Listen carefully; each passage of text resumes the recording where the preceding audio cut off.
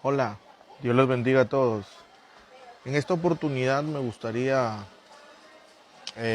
contarles, ¿no? Y compartir con todos ustedes un relato que me llamó mucho la atención en las Escrituras y se encuentra en el libro de los Hechos, capítulo 4, ¿no? En donde, para entrar un poquito en contexto, ¿no? Los discípulos, en este caso Pedro y Juan, ¿no?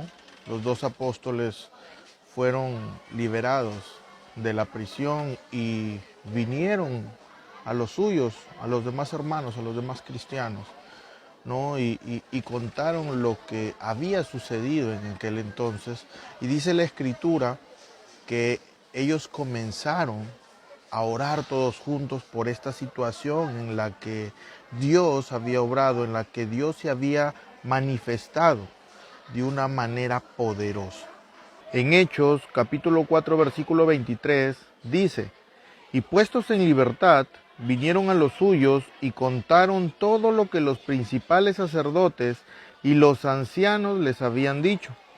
Y ellos, habiéndolos oído, alzaron unánimes la voz a Dios y dijeron: soberano Señor, tú eres el Dios que hiciste el cielo y la tierra, el mar y todo lo que en ellos hay, que por boca de David tu siervo dijiste: ¿por qué se amotinan las gentes y los pueblos piensan cosas vanas?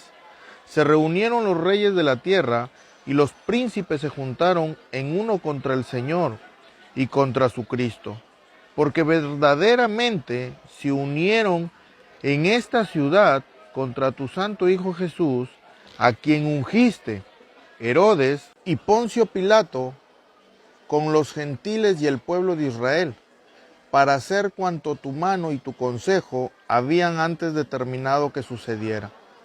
Y ahora, Señor, mira sus amenazas y concede a tus siervos que con denuedo hablen tu palabra, mientras extiendes tu mano para que se hagan sanidades y señales y prodigios mediante el nombre de tu santo Hijo Jesús. Cuando hubieron orado, el lugar en que estaban congregados tembló, y todos fueron llenos del Espíritu Santo y hablaban con denuedo la palabra de Dios. Exactamente en el versículo 29, ¿no? Que dice: y ahora, Señor, mira sus amenazas y concede a tus siervos que con denuedo hablen tu palabra. Recuerdo que a mi hijita en la escuelita dominical, a ella le enseñaron en otra versión este texto, ¿no? Y que decía: Señor, concede a tus siervos el proclamar tu palabra sin temor alguno. Y esto nos puede llamar la atención. ¿Por qué? Porque el contexto empieza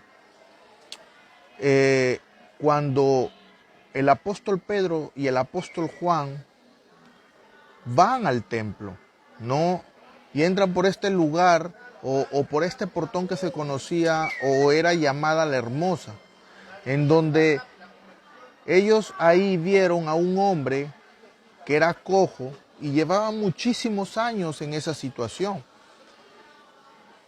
que lo que hacía él era pedir limosna, ¿no?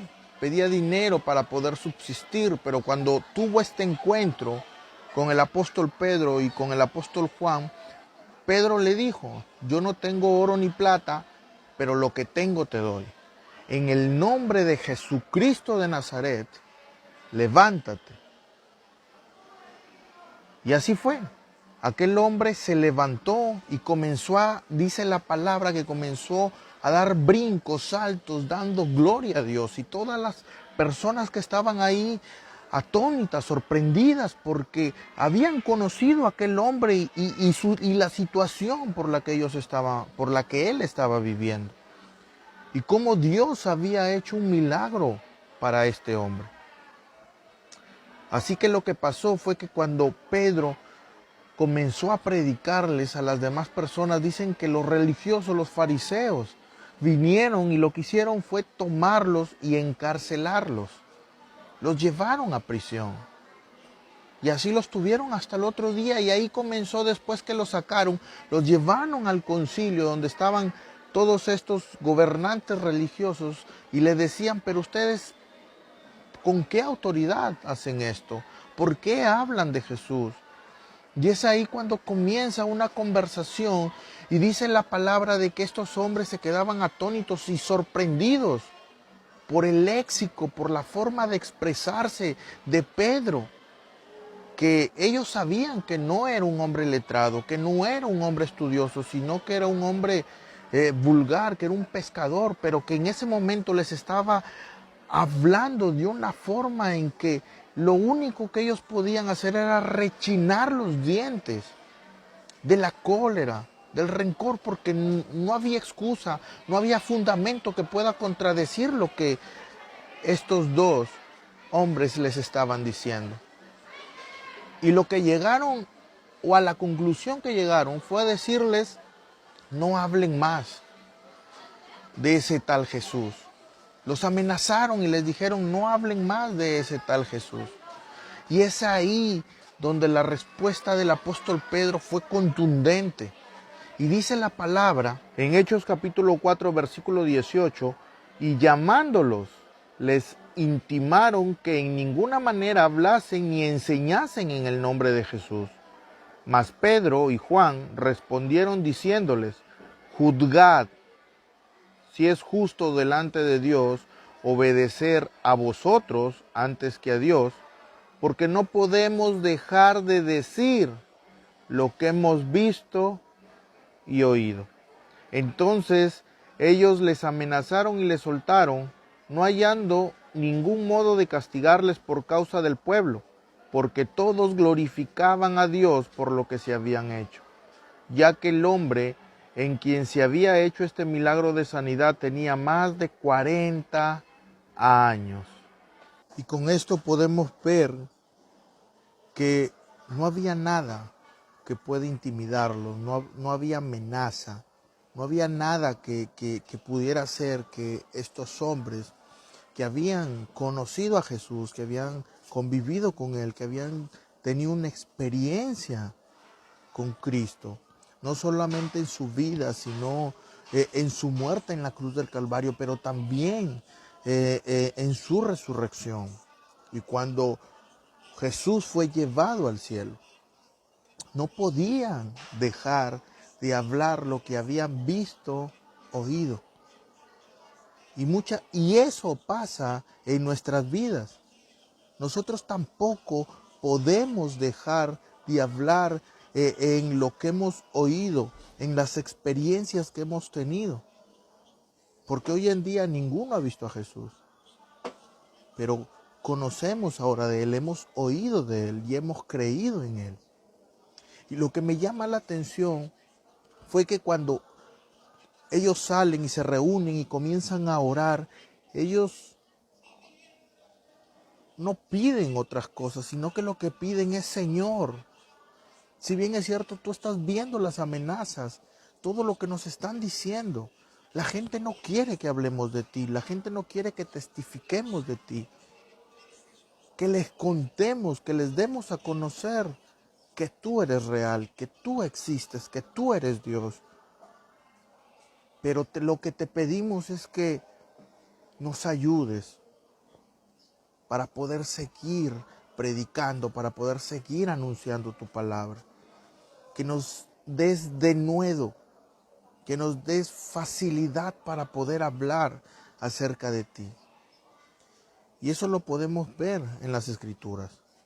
¿Por qué? Porque hoy en día vemos que muchos se pelean. Muchos dicen, no, esta es mi iglesia. No, nosotros pertenecemos a la verdadera iglesia. Nosotros esto, nosotros aquello. Y son peleas sin contexto, son peleas sin sentido.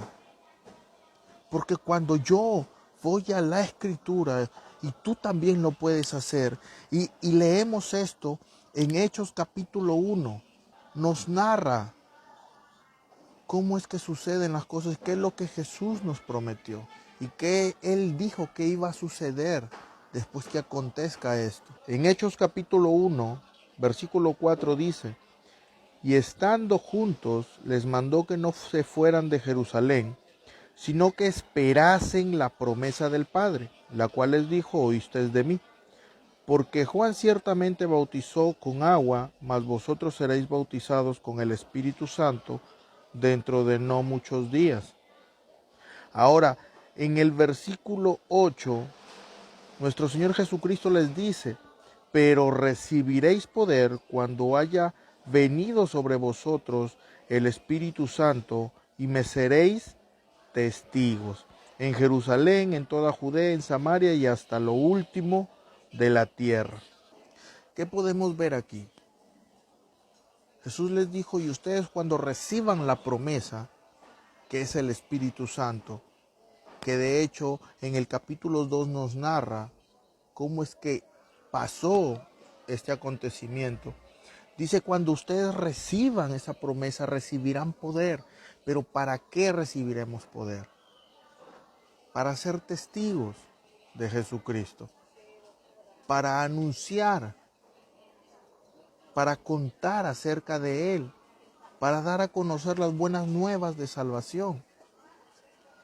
Y eso lo podemos ver porque la primera vez que el apóstol Pedro se levantó y predicó en este día de Pentecostés, donde se convirtieron 3,000 personas y fueron bautizadas, él testificó de Jesucristo, él dio a conocer la palabra. Y muchas veces nos enfocamos en otras cosas y no en el propósito por el cual hemos sido llamados, que es ser testigos de Él. Dar a conocer el Evangelio de Jesucristo. Así que hoy te invito a ti que me estás escuchando, a que igual que los apóstoles, que los discípulos de Él, si es que estás pasando por alguna situación, si es que estás pasando por pruebas, pídele al Señor, órale así como ellos y dile: Señor, concede a tus siervos el proclamar tu palabra sin temor alguno. Porque recuerda lo que dice el Salmo 23: aunque ande en valle de sombra de muerte, no temeré mal alguno, porque tú estarás conmigo. Tu vara y tu cayado me infundirán aliento. Cuídate, Dios te bendiga.